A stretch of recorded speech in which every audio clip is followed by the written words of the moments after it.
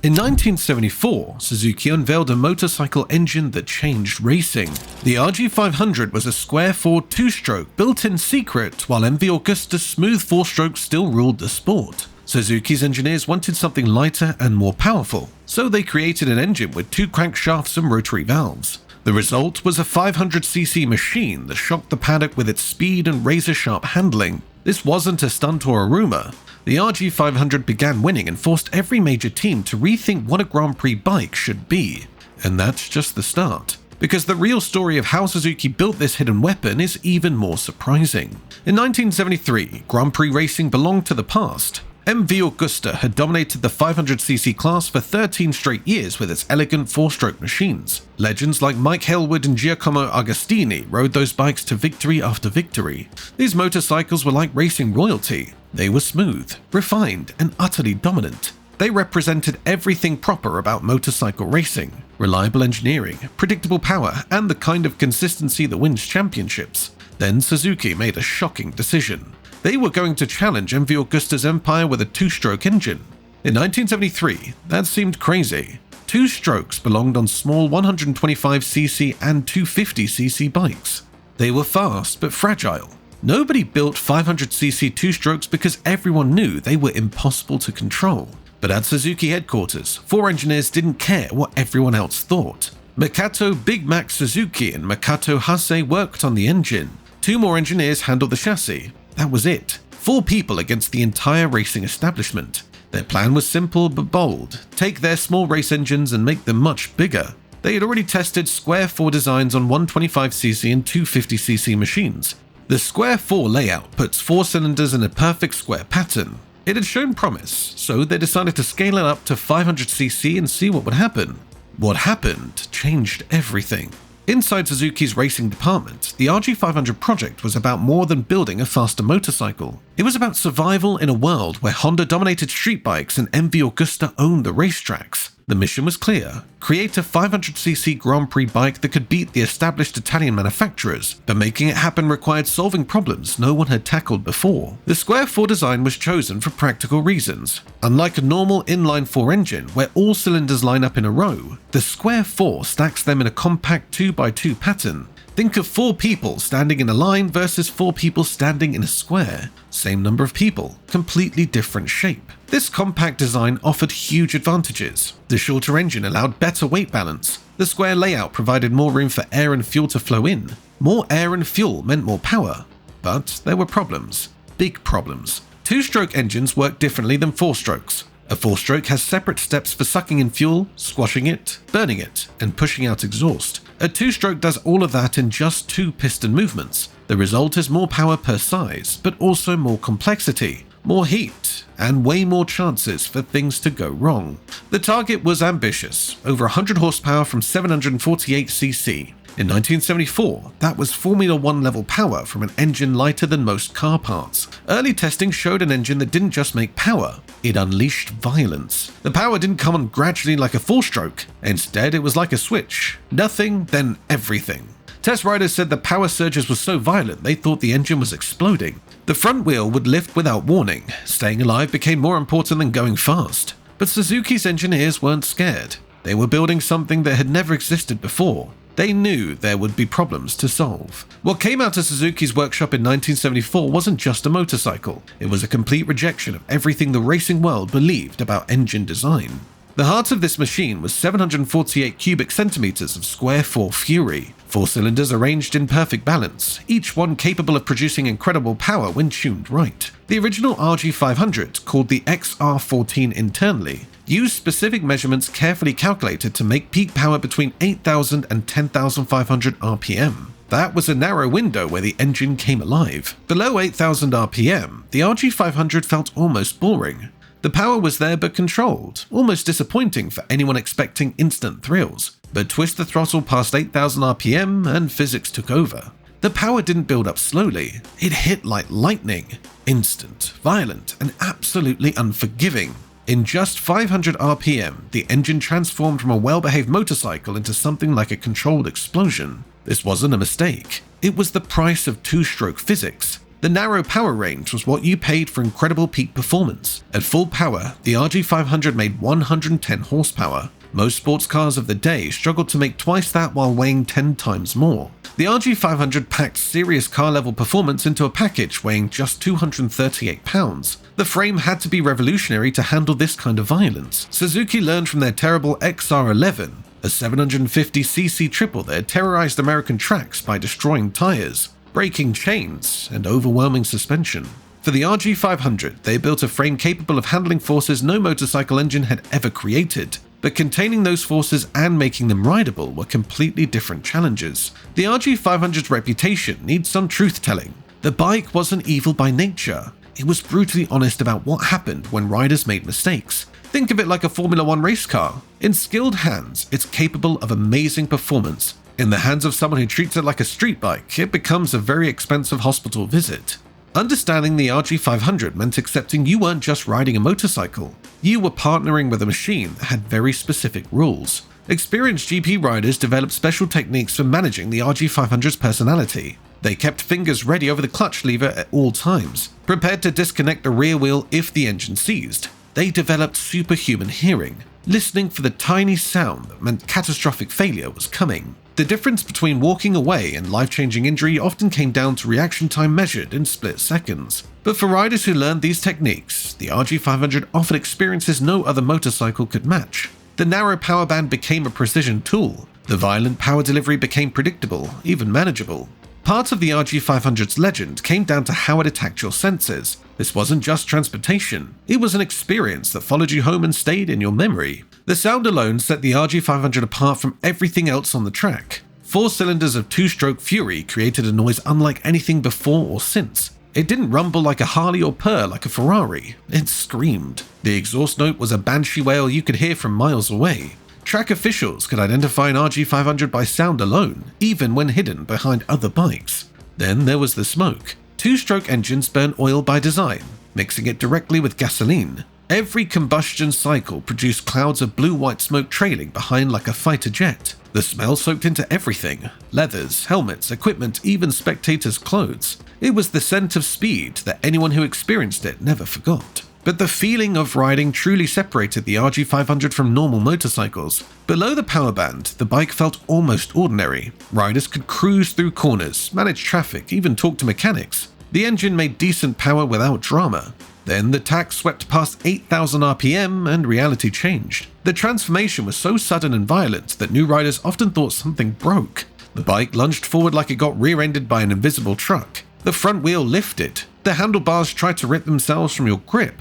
Experienced riders learned to prepare for this moment. Lean forward, grip firm but relaxed, focus entirely on staying connected to a machine actively trying to launch you into space. While motorcycle magazines debated the RG500's merits, racetracks delivered their verdict. The bike wasn't just competitive, it was revolutionary. Barry Sheen's victory at the 1974 Assen Grand Prix wasn't just Suzuki's first 500cc GP win. It proved 2-stroke technology could challenge the 4-stroke establishment. More importantly, it showed a small Japanese company could beat European racing royalty. But Suzuki's genius wasn't just building a fast bike, it was how they sold it. While factory teams guarded their technology like state secrets, Suzuki made a radical choice. They would sell production versions identical to factory bikes. The strategy was brilliant and ruthless. By flooding GP grids with identical RG500s, Suzuki virtually guaranteed themselves the manufacturer's title. Private teams could buy bikes mechanically identical to Barry Sheen's factory machine. This drove Barry Sheen crazy. He was supposed to be Suzuki's factory star, but privateer riders lined up with bikes functionally identical to his. Worse, some were fast enough to beat him. The results spoke for themselves: 7 straight manufacturers' championships, 4 world titles, and 50 race victories. By the early 1980s, Grand Prix starting grids looked like Suzuki showrooms. Jack Middleberg's 1981 victory on a privateer RG500 was the last time a non-factory rider won a 500cc Grand Prix. It proved Suzuki's philosophy worked: build the best bike possible, sell it to anyone willing to pay, and let the results speak. The RG500 earned its terrifying nickname not just for what it could do, but for how it warned you before it tried to kill you, or didn't warn you. Most motorcycles about to suffer catastrophic failure give warning signs: engine knock, weird vibration, exhaust changes, power drops. Something to let you know mechanical disaster is coming. The RG500 was different. It ran silently and smoothly right up to the moment it seized solid and locked the rear wheel without warning. The only warning was a faint tinkling noise milliseconds before total engine failure. The physics were brutal in their simplicity. Two-stroke engines need very precise fuel-to-air ratios. Too much fuel at low RPM creates rich mixture with excessive smoke and poor performance. Too little fuel at high RPM leans out the mixture, spiking combustion temperatures. When the mixture became too lean, pistons heated beyond limits and expanded inside cylinders. The expansion jammed the pistons, instantly locking the engine and transferring all rotational force to the rear wheel. At racing speeds, this meant instant loss of control. The rear wheel locked, skidded, and often caused the bike to high side, launching riders over handlebars into whatever was nearby. This combination of silent operation followed by instant mechanical violence earned the nickname Whispering Death. It whispered when it should have screamed, then screamed when it should have whispered. Behind the RG500's success was one of motorsport's most dramatic spy stories. The technology that made Suzuki's Square 4 possible didn't come from Japan. It was stolen from East Germany in an operation straight out of a Cold War thriller. The story begins in 1956 with two men, Walter Carden, a brilliant engineer at MZ Motorcycles in communist East Germany, and Ernst Degner, a talented rider who became Carden's unwitting accomplice in one of racing's greatest technology thefts. MZ was a major force in European motorcycle racing, especially in the smaller classes. Carden had developed revolutionary two-stroke technology that gave MZ bikes huge advantages. His innovations in exhaust design, port timing, and combustion chambers were years ahead of Western development. But Carden's genius was trapped behind the Iron Curtain. East Germany's government saw racing success as propaganda but restricted engineers and riders from sharing knowledge with Western competitors. Ernst Degner had different plans. By 1961, Degner was frustrated with life in communist East Germany. Despite racetrack success and championship wins, he couldn't travel freely or earn Western-level money. More importantly, he had access to all Carden's technical innovations through his role as MZ's lead rider and test pilot. In late 1961, Degner made a decision that changed motorcycle racing forever. During the season's final races, he arranged his family's escape to West Germany, then defected himself. He didn't come empty-handed. Degner brought detailed knowledge of Carden's two-stroke innovations, port shapes, exhaust designs, ignition timing, carburetor settings, and all the secrets that made MZ engines so competitive. Suzuki was waiting with arms open and full wallets. The technology transfer wasn't subtle. Suzuki engineers worked directly with Degner to reverse engineer and adapt Carden's innovations for their racing program. The results were immediate. Suzuki's small bikes suddenly became competitive with the best European machinery. More importantly, they now had fundamental knowledge to scale two-stroke technology to larger sizes. The path from Degner's defection to the RG500's debut was direct and clear. The small four-engine that dominated Grand Prix racing for over a decade was built on stolen East German technology, refined by Japanese engineering skill. Degner paid for his betrayal. He became a marked man, constantly worried about East German intelligence retaliation. He carried bodyguards and lived in fear. Some historians think his 1983 death, officially a heart attack, may have been murdered by East German agents settling accounts, but his legacy was secure. The stolen technology became the foundation for Suzuki's racing dominance and modern two-stroke development. Armed with stolen secrets and brilliant engineering, the RG500 began a campaign that reshaped Grand Prix racing. Barry Sheen's 1976 and 1977 World Championships established Suzuki as a major force, but that was just the start. The RG500 platform proved so successful that Suzuki kept developing it through multiple generations. The 1978 XR22 introduced the step motor design, where front and rear cylinders were staggered for better weight distribution and cooling. More importantly, it featured the first cassette gearbox ever used on a motorcycle, a revolutionary design requiring input from McLaren's Formula One team. Barry won the 1976 title on the XR14, but we held back the XR22 in 1977 in case Yamaha had something special, Big Mac Suzuki revealed. They only had exhaust valves, so we kept our bike hidden until 1978. This strategy of holding back development while competitors struggled showed Suzuki's confidence. They didn't need to show their cards until absolutely necessary. By 1980, the RG500 evolved into the XR40, ridden by Marco Lucinelli to the 1981 World Championship. Franco and Chini repeated in 1982, giving Suzuki 4 world titles with the Square 4 design. But the real measure of RG500 dominance wasn't individual championships, it was grid composition.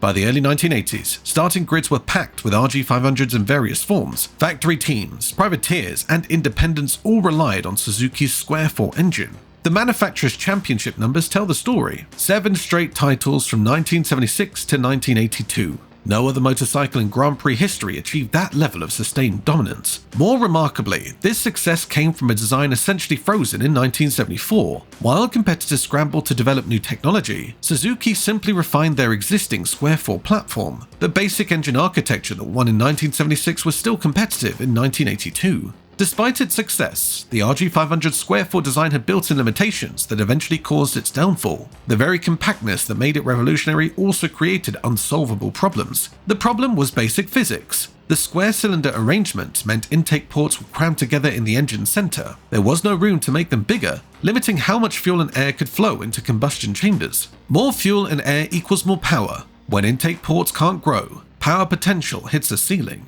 By the mid-1980s, competitors had caught up to Suzuki's two-stroke expertise and were building their own large smokers. More importantly, they used V4 configurations that didn't suffer the Square 4's intake limitations. Suzuki's own replacement, the 1987 RG500, immediately showed the V4's advantages. The new bike produced significantly more power while keeping the reliability and handling that made the RG500 successful. The transition ended an era. The last competitive Square 4 RG500s raced in 1986, closing one of Grand Prix racing's most successful chapters. In 1985, Suzuki made a decision that seemed to defy logic. They released a street-legal version of their Grand Prix weapon. The RG500 Gamma wasn't a lookalike or a watered-down version. It was the actual race bike with license plates, headlights, and minimal changes needed to be street-legal. This was unprecedented. No manufacturer had ever released a true Grand Prix replica for street use. The RG500 Gamma was different. It was a full race bike with turn signals. The specs tell the story. 95 horsepower, 320 pounds dry weight, and power delivery as violent and unforgiving as the GP original. The construction reflected its racing heritage. The aluminum frame used Suzuki's race-spec design, identical to GP bikes. Suspension featured race-grade components with full adjustability. Even wheels followed racing practice. 16-inch front, 17-inch rear, chosen for optimal handling rather than street convenience. The result was a motorcycle delivering authentic Grand Prix performance to anyone willing to write a check. No electronic aids, no comfort compromises, no concessions to inexperience. It was the closest thing to buying a time machine the motorcycle industry ever offered. But authenticity came with authentic consequences. The street RG500 kept all of the GP bike's challenging characteristics. Narrow power band, potential for sudden engine seizures, violent power delivery that could launch inexperienced riders into orbit. Most motorcycles are dangerous due to their nature: speed, acceleration, lack of protection. The RG500 Gamma was dangerous because it was a race bike ordinary people could legally buy and ride on public roads. Today, the RG500 holds a unique place in motorcycle history. It's simultaneously one of the most successful Grand Prix bikes ever built and one of the most challenging motorcycles ever sold to the public. Original examples have become museum pieces. Clean RG500 Gammas cost between $13,500 and $33,500, assuming you could find one. Most of the roughly 3,000 street bikes produced have been crashed, modified beyond recognition, or simply worn out. The few survivors are treated with reverence by collectors who understand they're preserving unrepeatable racing history. Modern emissions, noise, and safety rules make producing anything like the RG500 impossible today. Finding original parts has become a specialized industry. Reproduction components exist but are expensive and often not quite identical to original specs. Complete restoration easily costs more than the bike's purchase price. More challenging than parts is finding mechanics who understand two-stroke tuning. The RG500's engine needs constant attention, precise carburetor settings, and intimate knowledge of two-stroke theory that's increasingly rare. Modern owners approach these machines differently than 1980s riders. Today's buyers understand they're not just owning a motorcycle, they're preserving history representing a unique moment when pure performance was valued above everything else. The Suzuki RG500 wasn't just fast, it was a revolution wrapped in 500cc of stolen secrets and uncompromising engineering. Built on technology stolen through Cold War espionage, refined by brilliant engineers, and proven on racetracks worldwide, the RG500 rewrote Grand Prix racing rules and established Suzuki as a performance manufacturer. But it was more than a race bike. The street-legal Gamma offered ordinary riders the chance to experience authentic Grand Prix performance, complete with all the challenges and consequences. Today, surviving examples serve as monuments to an era when manufacturers built machines demanding everything from their riders. No electronic aids, no safety nets, no compromises. Just pure performance requiring skill, respect, and courage to master. The RG500 earned its fearsome nickname through extraordinary capability and unforgiving nature. It whispered when it should have warned, then delivered violence when riders weren't prepared. Would you have been skilled enough to handle 110 horsepower delivered through a power band measured in hundreds of RPM? More importantly, would you have been brave enough to try? The Suzuki RG500 Square 4 wasn't killed by better technology. It was replaced when physics finally caught up with its revolutionary design. But for those who mastered its violent personality, the RG500 delivered experiences no other motorcycle could match. It was the last pure expression of an era when performance mattered more than safety, when engineering brilliance triumphed environmental concerns, and when manufacturers built bikes expecting riders to be worthy of them. Let us know in the comments, would you take on the challenge of taming Whispering Death? And if you want more stories about motorcycles that refuse to follow the rules, hit subscribe and ring the notification bell for more legendary machines that changed racing forever.